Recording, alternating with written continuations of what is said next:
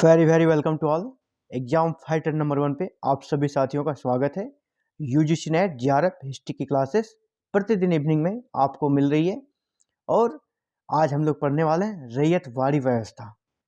हम लोग पिछले क्लास में जमींदारी व्यवस्था को पढ़ चुके हैं और डिस्कस किया गया था कि 3 प्रकार की भू राजस्व व्यवस्था अंग्रेजी काल में देखने को मिलती है। तो आज जो दूसरी व्यवस्था है रैयतवाड़ी, इसको हम लोग पढ़ेंगे। तो रैयतवाड़ी व्यवस्था 2 शब्दों से बना है। आप देख पा रहे होंगे रैयत, रैयत और दूसरा है वाड़ी। तो रैयत मतलब होता है किसान, रैयत का मतलब हो गया किसान और वाड़ी मतलब हो गया प्रबंधन। प्रबंधन मतलब वैसी व्यवस्था जिसका प्रबंधन किसानों के साथ किया गया, उसे हम लोग रैयतवाड़ी व्यवस्था कहते हैं। पिछला जो हम लोग देखे अस्थाई बंदोबस्त या जमींदारी बंदोबस्त, वहाँ किसानों से संबंध नहीं स्थापित किया गया था, किसानों से डील नहीं किया गया था। राजस्व देने के लिए जो उत्तरदायी थे वो जमींदार थे, जमींदार थे वहाँ पे। लेकिन यहाँ पे डायरेक्ट किसानों से प्रबंधन किया गया और अब जो राजस्व देंगे वो सीधे किसान देंगे, जो कि उत्पादन करते हैं भूमि पर खेती करते हैं। डायरेक्ट किसानों से अब राजस्व वसूला जाएगा। जमींदार को जो बीच में थे उसे साइड कर दिया गया। क्यों? अब उसी को हम लोग सबसे पहले देखेंगे, आखिर जमींदारी व्यवस्था को क्यों समाप्त कर दिया गया, जमींदारी व्यवस्था में क्या समस्याएं थी। तो हम लोग देखे हैं पिछले क्लास में कि जमींदारी व्यवस्था में जमींदार का पावर बहुत ज़्यादा बढ़ चुका था और जमींदार बहुत ज़्यादा शोषक वर्ग के रूप में उभरे और उन्होंने किसानों से मनचाहा टैक्स का रेट बढ़ा दिया। और जो उन्हें ब्रिटिश कंपनी को जो टैक्स देना था वो तो फिक्स था, कंपनी को उतना ही मिलता था, लेकिन उन्होंने किसानों से ज़्यादा टैक्स वसूलना प्रारंभ कर दिया और एक तरह से किसानों का शोषण हुआ। और उस अधिक जो उन्होंने कर वसूला, इसका लाभ कंपनी को कुछ भी नहीं मिला। मेन कारण इसे लागू करने का यही था। तो हम लोग इसे देखते हैं, इसके मूल कारण क्या थे लागू करने के। सरकार द्वारा इस व्यवस्था को लागू करने का उद्देश्य बिचौलियों मतलब कौन? जमींदार, बीच में जो थे उसी को बिचौलियों कहते हैं। किसान टैक्स देते थे, कंपनी को मिलता था, लेकिन बीच में कौन थे? जमींदार। इसलिए जमींदार हो गया बिचौलिए। बिचौलियों के वर्ग को समाप्त करना, यानी जमींदार के वर्ग को समाप्त करना था। ऐसा इसलिए क्योंकि अस्थाई बंदोबस्त में निश्चित राशि से अधिक वसूल की गई। जितना जमींदार को राजस्व वसूलने का ठेका मिला था उससे ज्यादा उसने वसूल किया और जो अधिक राशि वसूल की गई, इससे क्या हुआ? एक जमींदार द्वारा हड़प ली जाती थी, सरकार की आय में कोई वृद्धि नहीं होती थी। जो एक्स्ट्रा वो वसूलते थे किसानों से जमींदार, वो जमींदारों का अपना हो जाता था और वो कंपनी को नहीं मिल पाता था। अतः आय में वृद्धि के लिए सरकार ने इस व्यवस्था को लागू किया। सरकार का उद्देश्य था क्या? जो जमींदार वसूल रहा ज़्यादा, हमें नहीं मिल रहा, अब हम लोग डायरेक्ट वसूलेंगे तो हमको ज़्यादा इनकम होगा। एक तरह से आय में वृद्धि के लिए, ज़्यादा प्रॉफिट के लिए, ज़्यादा शोषण के लिए इस व्यवस्था को प्रारंभ कर दिया गया था, ताकि बिचौलियों द्वारा रखी जाने वाली राशि को स्वयं प्राप्त कर सके। यानी जमींदार जो खा रहा पैसा बीच में, जो बिचौलिया खा रहा है, उसको कंपनी खाए और उसे डायरेक्ट कंपनी ले ले। तो आगे देखते हैं यह व्यवस्था कब लागू किया गया, किन क्षेत्रों में लागू किया गया और इसके क्या प्रोविजन थे। इस व्यवस्था में सबसे पहले क्या किया, जमीन जो भूमिदार होते थे, जो किसान होते थे, जिसकी भूमि होती थी, उसे भूमि का स्वामी माना गया। पहले का कॉलम क्या था? जमींदारी व्यवस्था में जमींदार को भूमि का स्वामी माना गया था और जमींदार उससे टैक्स वसूलते थे। लेकिन अब भूमिदार किसान को ही भूमि का स्वामी माना गया और लगान जमा करने का दायित्व भी उसका ही था। लगान जमा करने का दायित्व भी किसानों को था, किसान को ही टैक्स देना है, यहाँ कोई बिचौलिया नहीं था। चूंकि यह व्यवस्था प्रत्यक्ष रूप से किसानों या आम जनता के साथ लागू की गई, अतः इसे रैयतवाड़ी व्यवस्था कहते हैं। रैयतवाड़ी व्यवस्था हम लोग समझ गए, रैयत मतलब किसान, वाड़ी मतलब प्रबंधन। डायरेक्ट किसानों से प्रबंधन किया गया था। लेकिन यहाँ भी एक सूर्यास्त का जो नियम था यहाँ भी लागू था। यदि किसान निर्धारित लगान, जो लगान निर्धारित कर दिया जाता था, अगर उसे जमा नहीं कर पाते थे तो उसे भू स्वामित्व से वंचित कर दिया जाता था। यानी यहाँ पर भी सूर्यास्त का नियम लागू था। और हम लोग देखे हैं पिछले क्लास में कि सूर्यास्त का नियम क्या होता है। सूर्यास्त के नियम के तहत अगर जिस डेट को टैक्स देने का डेट है, अगर उस दिन तक कोई किसान टैक्स नहीं दे पाता है तो उसे उसकी भूमि के अधिकार से वंचित कर दिया जाता था। सूर्यास्त का नियम फिक्स जो डेट है उसके सूर्यास्त तक के पहले आपको टैक्स दे देना है। अगर वो टैक्स नहीं दे पाते थे तो भूमि से वंचित कर दिया जाता था। यही है सूर्यास्त का नियम। तो यहाँ सूर्यास्त का नियम यहाँ भी लागू था, अस्थाई में था ही, अब यहाँ भी सूर्यास्त का नियम लागू था, उसे हटाया नहीं था। लेकिन उसमें सूर्यास्त का नियम किसके साथ था? जमींदारों के साथ। अब सूर्यास्त का नियम किसानों के साथ कर दिया गया। और इसके तहत क्या किया गया? पहला तो अगर वो टैक्स नहीं देंगे तो उसे भू स्वामित्व से वंचित कर दिया जाएगा, पहला था। दूसरा जो टैक्स निर्धारण किया गया था, टैक्स का निर्धारण किया गया उपज पर नहीं था, उपज के आधार पर नहीं था कि इस जमीन से इतना उपज हो रहा है उसका हम लोग टैक्स लेंगे आपसे। पहले तो इसका 33% था जो जब नियम बना था, लेकिन देखा गया कि इसमें 55% तक भी टैक्स लिए गए। इस व्यवस्था में 33 से 55% के बीच टैक्स रहा इस व्यवस्था में। और ये जो टैक्स निर्धारण किया गया ये उपज के आधार पर नहीं, ये भूमि के आधार पर। अब देखिए भूमि बहुत प्रकार की होती है, कुछ भूमि से कम उत्पादन होता है, कुछ भूमि से कम ज़्यादा होता है। तो भूमि के आधार पर टैक्स निर्धारण नहीं किया जाना चाहिए। टैक्स जब भी निर्धारण हो उपज के आधार पर, जितना उपज हुआ उसका 33%। लेकिन यहाँ कह दिया इस भूमि के अनुसार टैक्स का एक अप्रोक्स निर्धारण कर लिया गया, इतना जमीन है इस पे इतना टैक्स बनेगा। वो इस व्यवस्था की खामियां थी, हम लोग आगे देखने वाले हैं। तो टैक्स का रेट कितना था? 33 to 55। उपज के आधार पर नहीं था, भूमि के आधार पर टैक्स लिया जाता था। अब आगे देखते हैं इस व्यवस्था का जो जन्मदाता है कौन है? टॉमस मुनरो और कैप्टन रीड। इस व्यवस्था का जन्मदाता टॉमस मुनरो और कैप्टन रीड को माना जाता है। जैसे कि उसमें थे कौन? लॉर्ड कॉर्नवालिस जमींदारी व्यवस्था में। इस व्यवस्था को सबसे पहली बार 1792 में मद्रास के 12 महल का है मद्रास में, मद्रास के 12 महल में लागू किया गया था। और किसने लागू किया था? कर्नल रीड ने। 1792 में रैयतवाड़ी व्यवस्था का सबसे पहला प्रयोग 12 महल में यानी मद्रास के 12 महल में हुआ था और इसे लागू किया था कर्नल रीड ने। और यह व्यवस्था काफ़ी सफल जब हो गई तो आगे चलकर इसी व्यवस्था को पूरे मद्रास में लागू कर दी गई 1820 में। इसीलिए इस व्यवस्था का प्रारंभ अगर पूछा जाएगा तो 1820 हम लोग को करना है। अगर आपसे पूछे सर्वप्रथम तब हम लोग 1792 करेंगे। अगर सिर्फ पूछेगा रैयतवाड़ी व्यवस्था को कब आरंभ किया गया, इसे कब लागू किया गया, तो 1820 में। और वो कहाँ? पूरे मद्रास में लागू कर दिया। पहले मद्रास का एक जिला होता था 12 महल, वहाँ पे लागू किया 1792 में।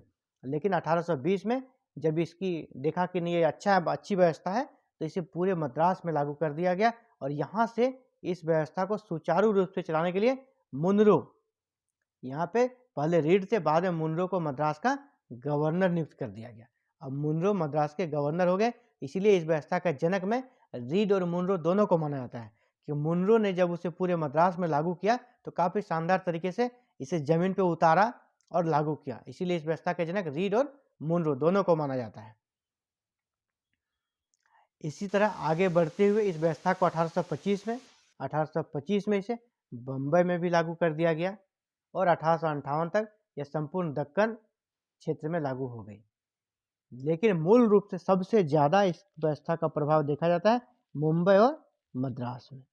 आपसे पूछा जाएगा कि रैयतवाड़ी व्यवस्था कहाँ पे लागू की गई थी, तो मुंबई और मद्रास में सबसे ज़्यादा और छिटपुट तरीके से दक्कन एरिया का पूरे भाग में ये लागू था।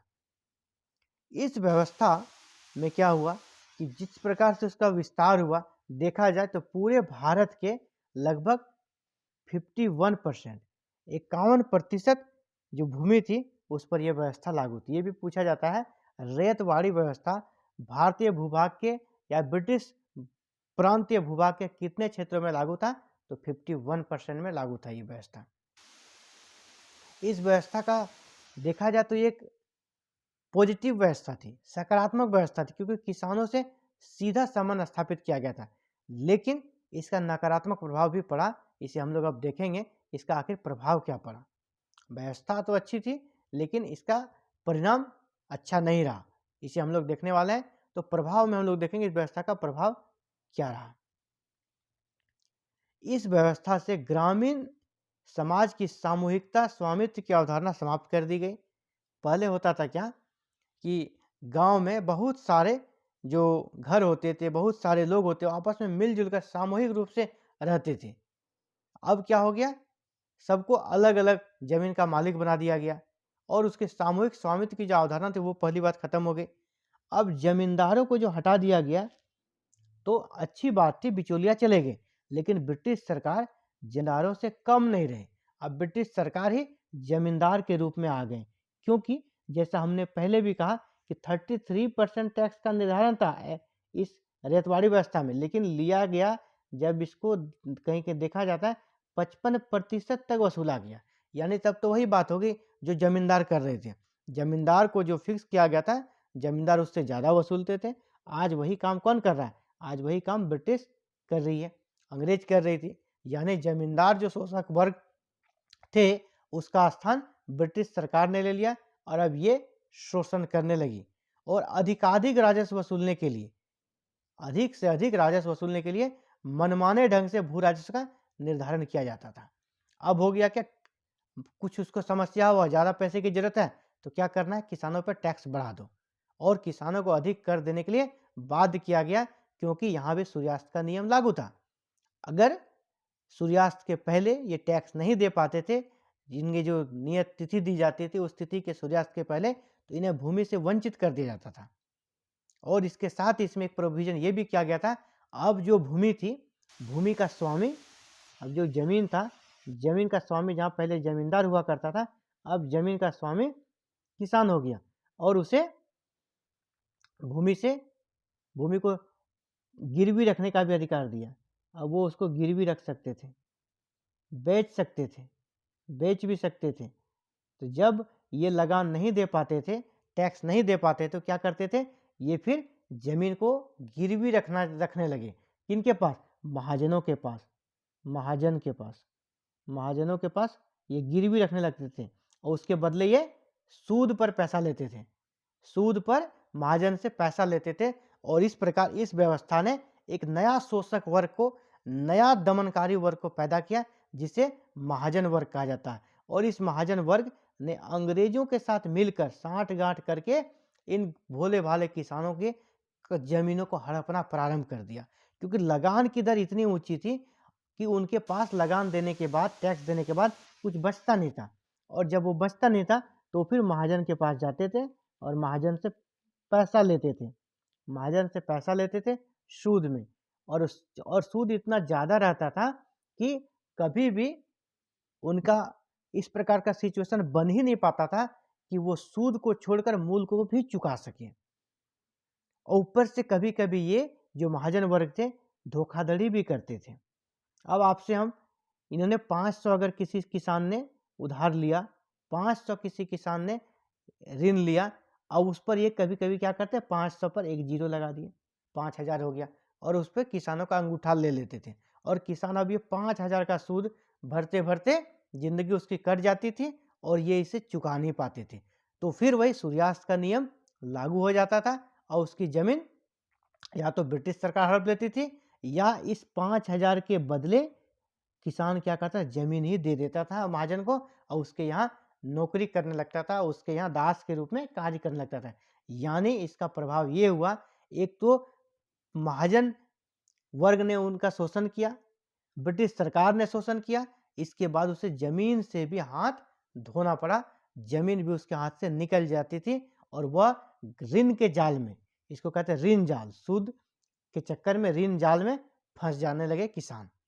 और एक तरह से उसे भूमि से भी हाथ धोना पड़ा, ऋण के जाल में भी फंसे और जिंदगी भर वो अब कृषक दास बन के रहे।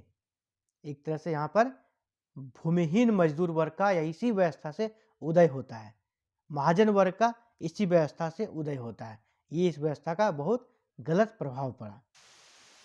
इसी तरह इस व्यवस्था के तहत किसान का भूमि पर तब तक ही स्वामित्व रहता था जब तक लगान की राशि को निश्चित समय तक अदा करता रहे।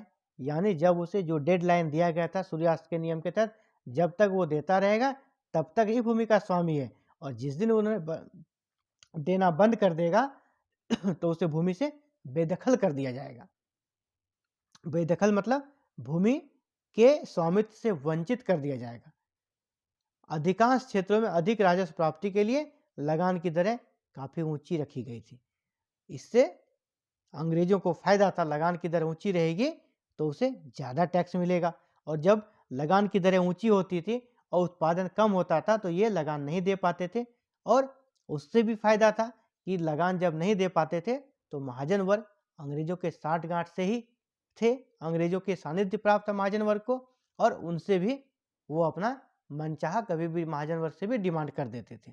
तो ये इस व्यवस्था की सबसे बड़ी खामी बन के उभरी। अब देखते हैं इससे ऑब्जेक्टिव क्वेश्चन क्या क्या बन सकता है। सबसे पहले आपसे पूछा जाएगा रैयतवाड़ी व्यवस्था में रैयत से क्या तात्पर्य है, तो किसान, पहला। दूसरा आपसे प्रश्न पूछा जाता है रैयतवाड़ी व्यवस्था को सबसे पहले पूछा जाएगा, सबसे पहले कहाँ लागू किया गया, सबसे पहले बारामहल। ये क्वेश्चन बनता है बहुत ज़्यादा। सबसे पहले बारामहल में लागू किया। बारामहल कहाँ है, मद्रास में। बारामहल में कब लागू किया, 1792 में। रैयतवाड़ी व्यवस्था का जनक किसे माना जाता है, थॉमस मुनरो और कैप्टन रीड को। रैयतवाड़ी व्यवस्था में लगान की दर कितनी थी, तो 33% से लेकर 55% तक। ये प्रश्न बन सकता है आपसे। अगला प्रश्न बनेगा कि रैयतवाड़ी व्यवस्था में भूमि स्वामित्व का अधिकार किसके पास रहा, तो यहाँ पर किसानों के पास। भूमि स्वामित्व का अधिकार किसानों के पास रहा। किस व्यवस्था ने महाजन वर्ग को पैदा किया या जन्म दिया, तो रैयतवाड़ी व्यवस्था ने। किस व्यवस्था ने, आपसे पूछेगा, महाजन वर्ग को जन्म दिया, तो रैयतवाड़ी व्यवस्था ने। किस व्यवस्था ने ग्रामीण ऋणग्रस्तता को जन्म दिया, तो ये भी रैयतवाड़ी व्यवस्था। ग्रामीण जो थे ऋण में जाल में फंस गए। आपसे पूछा जाएगा किन क्षेत्रों में मुख्य रूप से रैयतवाड़ी व्यवस्था को लागू किया गया था, तो बंबई और मद्रास। कुल ब्रिटिश भूभाग के कितने प्रतिशत भाग पर रैयतवाड़ी व्यवस्था लागू की गई थी, तो 51%। प्रभाव का क्वेश्चन हम लोग देख लिए कि किस व्यवस्था के तहत महाजन वर्ग का उदय हुआ, किस व्यवस्था के तहत ग्रामीण ऋणग्रस्तता का माहौल बना। ये सारे का आंसर रैयतवाड़ी होगा। तो अभी हम लोग देख रहे थे रैयतवाड़ी व्यवस्था। अगले क्लास में हम लोग देखेंगे महलवाड़ी व्यवस्था, और ब्रिटिश कालीन जो 3 भू राजस्व व्यवस्था थी वो उसका ये एंड हो जाएगा। इसके बाद हम लोग ब्रिटिश काल की आर्थिक नीतियों के बारे में देखेंगे और कौन कौन सी प्रमुख आर्थिक नीतियाँ रहती है। Thank you for watching this video and connecting with exam fighter number 1। आप अगर प्रतिदिन इस प्रकार के वीडियो चाहते हैं और यूजीसी नेट JRF 2022 की तैयारी को धारदार बनाना चाहते हैं, तो एग्जाम फाइटर नंबर 1 हमारे चैनल को सब्सक्राइब करें और बेल आइकन को प्रेस करना बिल्कुल भी ना भूलें, क्योंकि अगर आप बेल आइकन को प्रेस करते हैं तो आपको प्रतिदिन नियत समय पे मॉर्निंग को 9 बजे तक वीडियो मिल जाएगी और आप बिल्कुल सिलेबस ओरिएंटेड तैयारी कर पाएंगे। ये हमारे सिलेबस का यूनिट 8 है। यूनिट 8 सिलेबस जो हिस्ट्री का सिलेबस है, यूनिट 8 यूजीसी नेट के लिए उसी का टॉपिक चल रहा है। यूनिट 8 के बाद यूनिट 9, ऐसे हम लोग सीरियली बिल्कुल कॉन्सेप्ट के साथ पढ़ते जा रहे हैं और क्वेश्चन का भी डिस्कशन करते जा रहे हैं। और जब ये क्लासेस खत्म हो जाएगी, इसके बाद हम लोग फिर इस से रिलेटेड जो औपनिवेशिक अर्थव्यवस्था है वो पूरे का एक बार टेस्ट लेंगे, और जिस प्रकार प्रीवियस ईयर क्वेश्चन को डाला था इसी प्रकार इसके लिए भी प्रश्न डाले जाएंगे, अपलोड कर दिए जाएंगे, और उसे आप सॉल्व करके समझ पाएंगे कि मेरी तैयारी किस लेवल की है। Thank you once again, thank you very very much.